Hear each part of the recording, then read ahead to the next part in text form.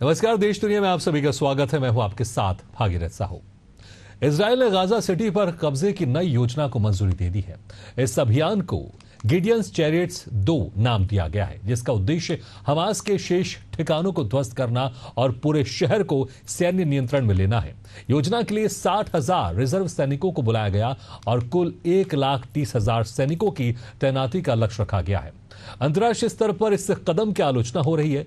संयुक्त राष्ट्र और कई देशों ने मानवीय संकट की चेतावनी दी है, जबकि अमेरिका ने इजराइल के सुरक्षा अधिकार का समर्थन किया है। देखिए एक खास रिपोर्ट।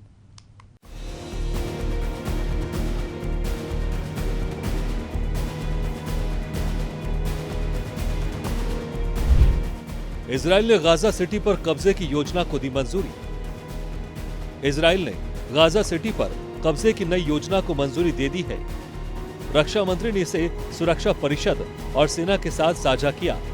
इस ऑपरेशन को गिडियंस चैरियट्स 2 नाम दिया गया है। इस योजना का मुख्य उद्देश्य है गाजा सिटी में हमास के शेष ठिकानों को ध्वस्त करना और पूरे शहर को सैन्य नियंत्रण में लेना। यह कदम इजराइल के लिए निर्णायक माना जा रहा है, क्योंकि अब तक शहर पर सीधा कब्जा नहीं किया गया था। योजना की घोषणा के साथ ही इजराइल ने जमीन पर बड़े पैमाने पर सैनिक कार्रवाई की तैयारी शुरू कर दी है। सेना ने 60,000 रिजर्व फोर्स को ड्यूटी पर बुलाया।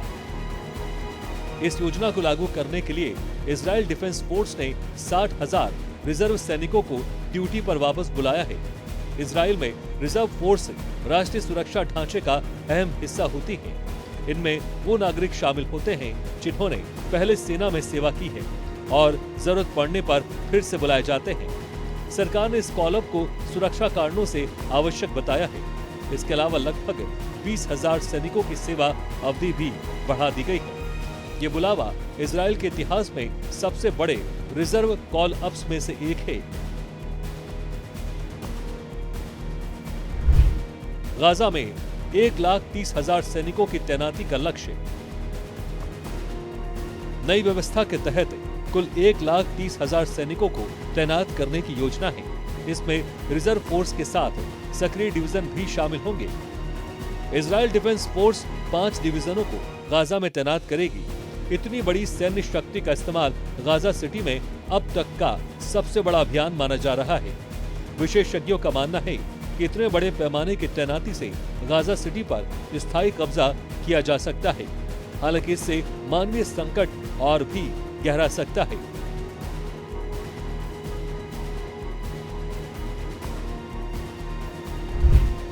ऑपरेशन गिडियंस चैरियट्स 2 जल्द होगा शुरू। ये सैन्य योजना ऑपरेशन गिडियंस चैरियट्स 2 के नाम से शुरू होगी। यह मई से अगस्त 2025 तक चले पहले चरण का विस्तार है। ऑपरेशन के शुरुआती चरण में आईडीएफ ने गाजा सिटी के किनारे वाले क्षेत्रों जैसे जबालिया, सुजैया और सेब्रा में अपनी स्थिति मजबूत की है। अब योजना यह है कि केंद्र क्षेत्र में प्रवेश कर हमास के ठिकानों पर सीधा हमला किया जाएगा। सेना ने पहले ही ड्रोन और हवाई हमले शुरू कर दिए हैं, ताकि जमीन पर जाने से पहले विपक्षी ताकतों को कमजोर किया जा सके।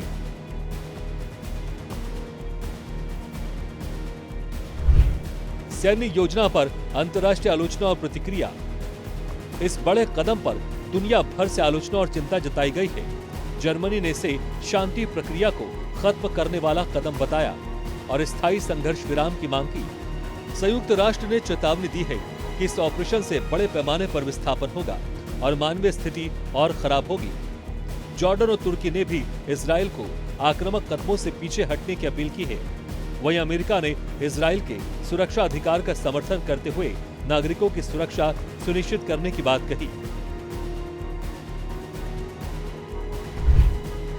गाजा में मानवीय संकट और संभावित विस्थापन। गाजा पहले से ही गंभीर मानवीय संकट से गुजर रहा है। खाद्य, पानी और दवाइयों की भारी कमी है। स्वास्थ्य मंत्रालय के अनुसार अब तक 62,000 से अधिक लोग मारे जा चुके हैं, जिनमें बड़ी संख्या में महिलाएं और बच्चे हैं। नए सैन्य अभियान से लाखों लोगों के विस्थापित होने की आशंका है। अस्पताल और शरण स्थल पहले ही ओवरलोड हैं। अंतर्राष्ट्रीय संस्थाएं लगातार चेतावनी दे रही हैं कि अगर स्थिति को नियंत्रित नहीं किया गया तो गाजा में मानवीय त्रासदी और गहरी हो सकती है। मलेशिया के तेलंगाना राज्य ने नमाज पढ़ने को कानूनी बाध्यता बना दिया है।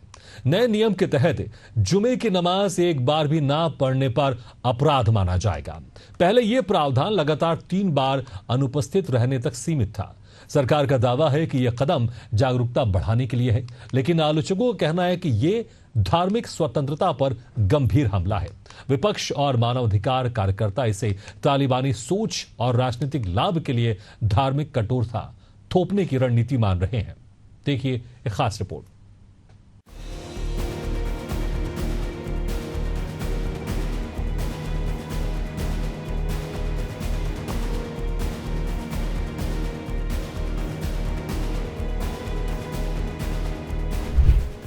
मलेशिया के तेलंगाना राज्य में नया कानून।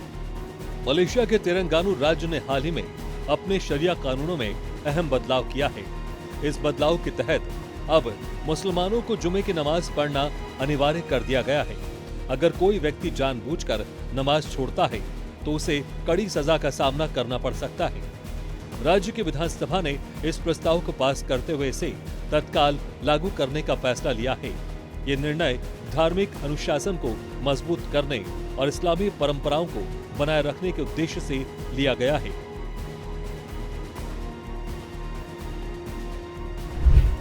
नमाज ना पढ़ने पर 2 साल की जेल।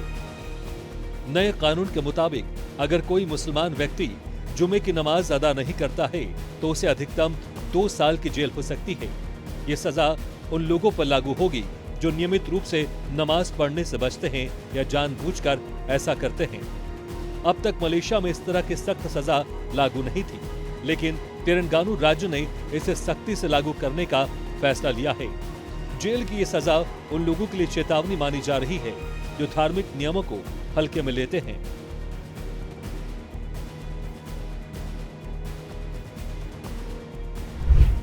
कानून तोड़ने पर 3000 रिंगिट जुर्माना। जेल की सजा के अलावा जो लोग नमाज नहीं पढ़ते उन्हें भारी भरकम जुर्माना भी भरना पड़ेगा। ये जुर्माना 3000 मलेशियाई रिंगिट तक हो सकता है, जो भारतीय मुद्रा में लगभग 60,000 रुपए के बराबर है। इस जुर्माने का उद्देश्य केवल सजा देना नहीं है, बल्कि लोगों को धार्मिक कर्तव्यों के प्रति गंभीर बनाना है। सरकार का मानना है कि आर्थिक दंड लोगों को अधिक अनुशासित बना सकता है।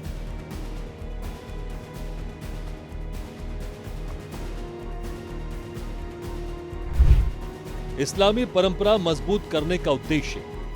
राज्य सरकार ने स्पष्ट किया कि इस कानून का मुख्य उद्देश्य इस्लामी परंपराओं को और मजबूत करना है। नमाज इस्लाम के 5 स्तंभों में से एक है और इसे हर मुसलमान के लिए जरूरी माना जाता है। तेलंगाना की सरकार चाहती है कि लोग इस फर्ज को गंभीरता से निभाएं। शरिया कानूनों को कड़ाई से लागू कर समाज को धार्मिक रूप से और कट्टर बनाने की कोशिश की जा रही है।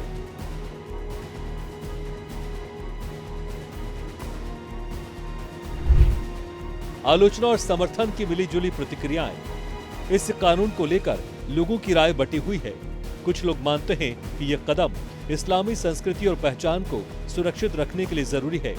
वहीं दूसरी ओर कई लोग इसे व्यक्तिगत स्वतंत्रता में हस्तक्षेप मान रहे हैं। आलोचकों का कहना है कि धर्म का पालन आस्था से होना चाहिए, न कि डर या मजबूरी से। सोशल मीडिया पर भी इस कानून को लेकर बहस जारी है।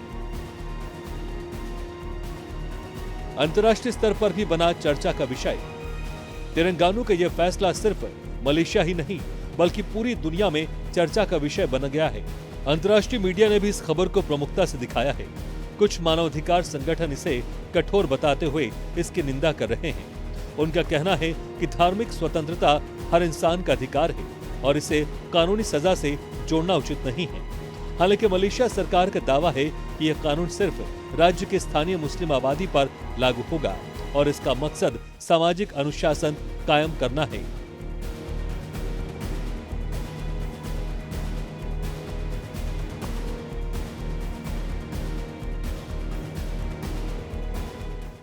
बांग्लादेश के कॉक्स बाजार शिविरों में नई हलचल शुरू हो गई है। रोहिंग्या शरणार्थियों ने शांति और प्रत्यावर्तन समिति बनाकर बांग्लादेश की मुश्किलें और बढ़ा दी हैं। 7 साल बाद भी ना तो सुरक्षित वापसी की योजना बनी और ना ही रोजगार शिक्षा का हल मिला। शिविरों में असंतोष के साथ अपराध और चरमपंथ पनप रहे हैं। खुफिया रिपोर्टों के मुताबिक बांग्लादेश की दोहरी नीति सीमा पर संकट को और गहरा रही है। अंतर्राष्ट्रीय दबाव के बावजूद सरकार नाकाम रही है। विशेषज्ञ मानते हैं कि यह संकट बांग्लादेश की छवि को खराब कर उसकी आंतरिक सुरक्षा के लिए बड़ा खतरा बन चुका है। देखिए एक खास रिपोर्ट।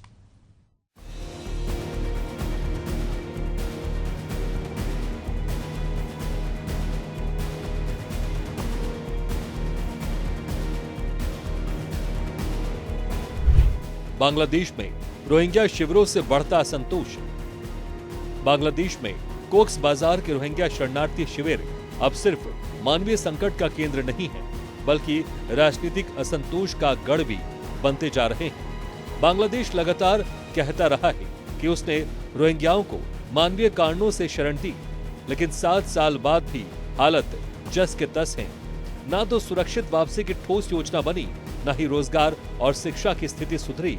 इससे शिविरों में असंतोष फैल रहा है और बांग्लादेश की नीतियों पर गंभीर सवाल उठ रहे हैं। नई रोहिंग्या कमेटी से बांग्लादेश की मुश्किलें बढ़ी। हाल ही में गठित रोहिंग्या शांति एवं प्रत्यावर्तन समिति RCPR ने बांग्लादेश की चिंताओं को और गहरा कर दिया है। बांग्लादेश हमेशा चाहता था कि शरणार्थी संगठित होकर राजनीतिक शक्ति न बन पाए, लेकिन अब यह मोर्चा बनकर उभरा है। इससे शिविरों में सत्ता संघर्ष तेज हो सकता है और बांग्लादेश का नियंत्रण कमजोर पड़ सकता है। हजारों शरणार्थियों का संगठित होना खुद बांग्लादेश की आंतरिक सुरक्षा के लिए बड़ा खतरा है। अराकान आर्मी से टकराव, सीमा पर संकट गहराया। म्यांमार के अराकान आर्मी और रोहिंग्या गुटों के बीच झड़पें पहले से ही जारी थी। अब RCPR के गठन के बाद इन झड़पों में बांग्लादेश की अप्रत्यक्ष भूमिका सामने आने लगी है। खुफिया रिपोर्टों में कहा गया है कि बांग्लादेश की एजेंसियां शिविरों में मौजूद गुटों को समर्थन देती रही है। इससे सीमा पर अस्थिरता और बढ़ गई है। आलोचकों का कहना है कि बांग्लादेश की ये दोहरी नीति एक तरफ अंतर्राष्ट्रीय मंच पर शांति की बात और दूसरी तरफ गुटों का समर्थन देश की छवि को नुकसान पहुंचा रही है।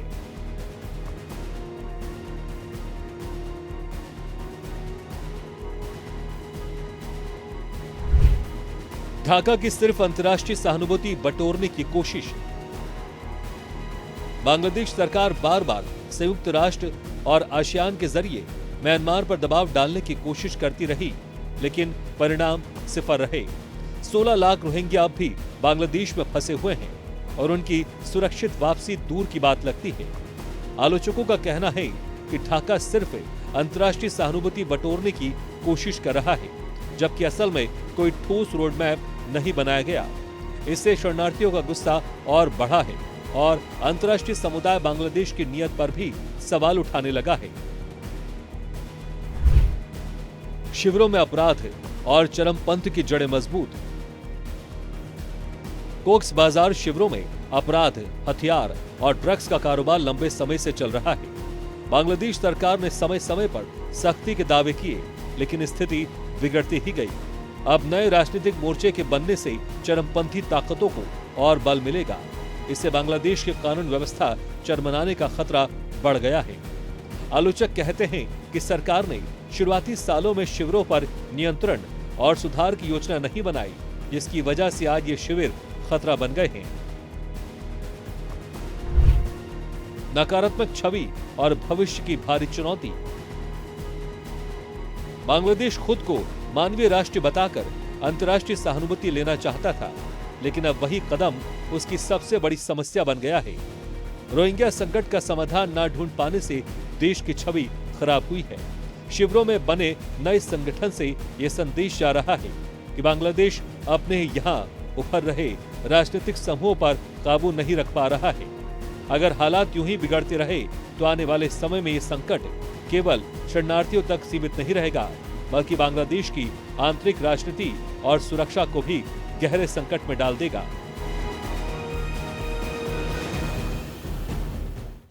पाकिस्तान में तहरीक-ए-तालिबान पाकिस्तान यानी टीटीपी ने अपनी पहचान बदल ली है।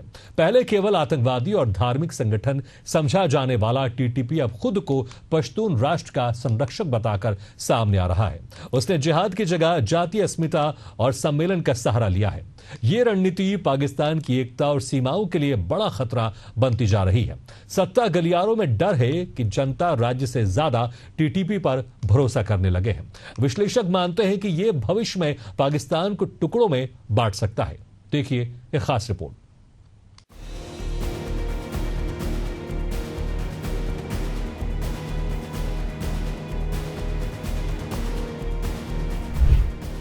टीटीपी का बदला रूप पश्तून राष्ट्र का संरक्षक है। तहरीक-ए-तालिबान पाकिस्तान लंबे समय तक केवल एक आतंकवादी और धार्मिक कट्टर संगठन के रूप में देखा जाता रहा है, लेकिन अब उसने अपनी पहचान बदलने का खेल शुरू कर दिया है। खुद को पश्तून राष्ट्र का संरक्षक बताकर टीटीपी पाकिस्तान की जड़ों पर प्रहार कर रहा है। धार्मिक कट्टरता से निकलकर जब कोई संगठन जातीय पहचान को हथियार बनाता है तो उसका लक्ष्य सीधा पाकिस्तान की एकता और सीमाओं को तोड़ना होता है। यह बदलाव आने वाले समय में पाकिस्तान को भीतर से खोखला कर सकता है। अब टीटीपी जिहाद की जगह जिरगा और पश्तून अस्मिता का झंडा उठा रहा है। वो खुद को न्याय देने वाला और समाज का सच्चा प्रतिनिधि बताकर जनता में जगह बना रहा है। ये रणनीति पाकिस्तान की नींव हिलाने वाली है, क्योंकि जब जनता राज्य से ज्यादा किसी संगठन पर भरोसा करने लगे तो देश की संस्थाएं कमजोर हो जाती हैं। यही स्थिति पाकिस्तान में जन्म ले रही है। जहां लोग टीटीपी को शासक से अधिक अपना संरक्षक मानने लगे हैं, तो ये राष्ट्र के लिए गहरी चोट साबित होगी। अलगाववाद की चिंगारी पाकिस्तान का नक्शा बदल सकता है। टीटीपी का नया चेहरा पाकिस्तान में अलगाववाद की चिंगारी सुलगा रहा है। खुद को पश्तून राष्ट्र का संरक्षक बताने का मतलब है कि पाकिस्तान की मौजूदा सीमाओं से परे एक नई पहचान गढ़ी जा रही है। ये सोच अगर मजबूत हुई तो पाकिस्तान का नक्शा बदलने में देर नहीं लगेगी। इतिहास गवाह है कि जातीय आधार पर उठी आवाजें कई देशों को तोड़ चुकी हैं। पाकिस्तान में भी यही खतरा अब साफ दिखाई दे रहा है। ये संगठन देश को टुकड़ों में बांटने की ओर धकेल सकता है। सत्ता के गलियारों में डर का सामंजस्य। प्रधानमंत्री शरीफ और राष्ट्रपति मुनीर के चेहरे पर चिंता साफ झलक रही है। उन्हें समझ आ गया है कि टीटीपी अब केवल बंदूक से नहीं बल्कि जनता के दिल और दिमाग से भी लड़ रही है। सत्ता गलियारों में डर है कि यह नया रूप सेना और सरकार की वैधता को खत्म कर देगा। पाकिस्तान की पूरी सुरक्षा प्रणाली के लिए ये चुनौती पहले से कहीं अधिक खतरनाक है। आतंकवाद को सेना हथियार में दबा सकती थी, लेकिन जातीय अस्मिता की लड़ाई को दबाना मुश्किल होगा। भविष्य का संकट, टूटता पाकिस्तान और बढ़ता विद्रोह। अगर पाकिस्तान ने तुरंत ठोस कदम नहीं उठाए तो टीटीपी की यह रणनीति भविष्य में एक भीषण संकट बन सकती है। विकास, न्याय और समान अवसरों की कमी पहले ही जनता को असंतुष्ट बना चुकी है। ऐसे में टीटीपी का नया रूप अलगाववाद की आग को और हवा दे रहा है। आने वाले वर्षों में यह संगठन पाकिस्तान के लिए केवल सुरक्षा खतरा नहीं रहेगा, बल्कि देश को टूटने की दिशा में धकेल देगा। ये भविष्य का ऐसा संकट है जो पाकिस्तान को हमेशा के लिए कमजोर और अस्थिर बना सकता है।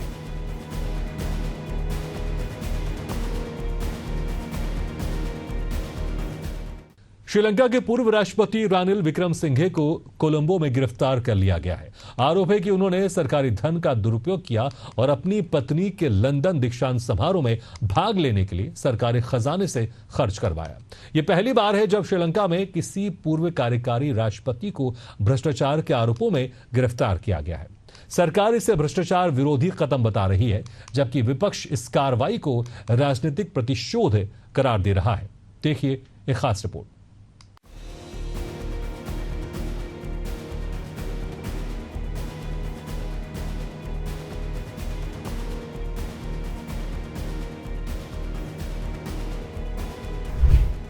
पूर्व राष्ट्रपति रानिल विक्रमसिंघे गिरफ्तार। श्रीलंका के पूर्व राष्ट्रपति रानिल विक्रमसिंघे को कोलंबो में गिरफ्तार किया गया है। उन पर सरकारी धन के दुरुपयोग का आरोप है। यह मामला उस समय का है जब वे राष्ट्रपति थे और उन्होंने अपनी पत्नी के लंदन स्थित दीक्षांत समारोह में भाग लेने के लिए विदेश यात्रा की थी। गिरफ्तारी की कार्रवाई श्रीलंका की financial crimes investigation division FCID ने की है, जिसने उनके खिलाफ दर्ज मामले की जांच पूरी की और आवश्यक सबूत जुटाने के बाद गिरफ्तारी सुनिश्चित की है।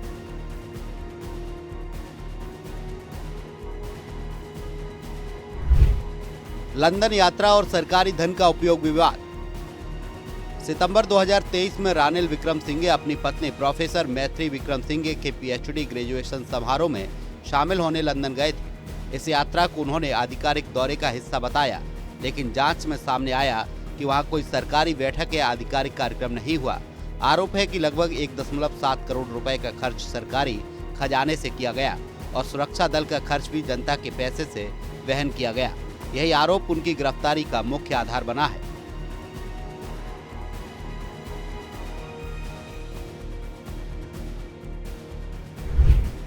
श्रीलंका के इतिहास में अभूतपूर्व घटना।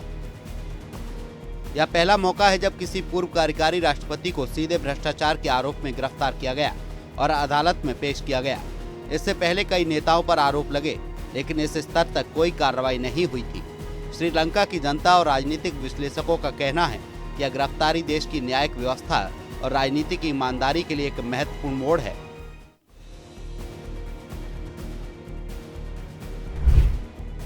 रानिल विक्रमसिंघे का कार्यकाल। रानिल विक्रमसिंघे 2022 से 2024 तक राष्ट्रपति रहे। जब वे सत्ता में आए तब श्रीलंका गहरे आर्थिक संकट से गुजर रहा था। उन्होंने अंतर्राष्ट्रीय मुद्रा कोष IMF से $2.9 अरब का बेल आउट पैकेज दिलाया। इसके साथ ही कड़े सुधार लागू किए, जिसे सब्सिडी घटना, करों में बदलाव और आयात पर सख्ती। हालांकि इन कदमों से अर्थव्यवस्था कुछ हद तक स्थिर हुई, लेकिन जनता पर इसका बोझ बढ़ा और उनकी लोकप्रियता घटती चली गई। 2024 के चुनाव में उन्हें हार का सामना करना पड़ा। नए राष्ट्रपति का भ्रष्टाचार विरोधी अभियान। सितंबर 2024 में राष्ट्रपति बने अनुराग कुमारा दिसानायके ने सत्ता संभालते ही भ्रष्टाचार विरोधी मुहिम तेज कर दी। उन्होंने कई पूर्व मंत्रियों और अधिकारियों के खिलाफ जांच शुरू कराई। इसी में रानिल विक्रमसिंघे पर भी मामला दर्ज हुआ। माना जा रहा है कि सरकार अपने राजनीतिक प्रतिद्वंदियों पर शिकंजा कसने के साथ साथ जनता को संदेश देना चाहती है कि भ्रष्टाचार बर्दाश्त नहीं किया जाएगा। गिरफ्तारी पर छिड़ी राजनीतिक बहस। रानिल विक्रमसिंघे की party United national party UNP ने इस गिरफ्तारी को राजनीतिक षड्यंत्र बताया है। पार्टी नेताओं का कहना है कि रानिल ने देश को आर्थिक संकट से निकालने के लिए कठिन फैसले लिए थे और उनके खिलाफ दर्ज यह मामला बदले की राजनीति का हिस्सा है। अदालत में पेशी के दौरान उनके समर्थकों ने नारेबाजी भी की। वहीं सरकार समर्थकों का कहना है कि चाहे कोई भी नेता हो, अगर उसने जनता के पैसे का दुरुपयोग किया है तो उसे कानून का सामना करना होगा।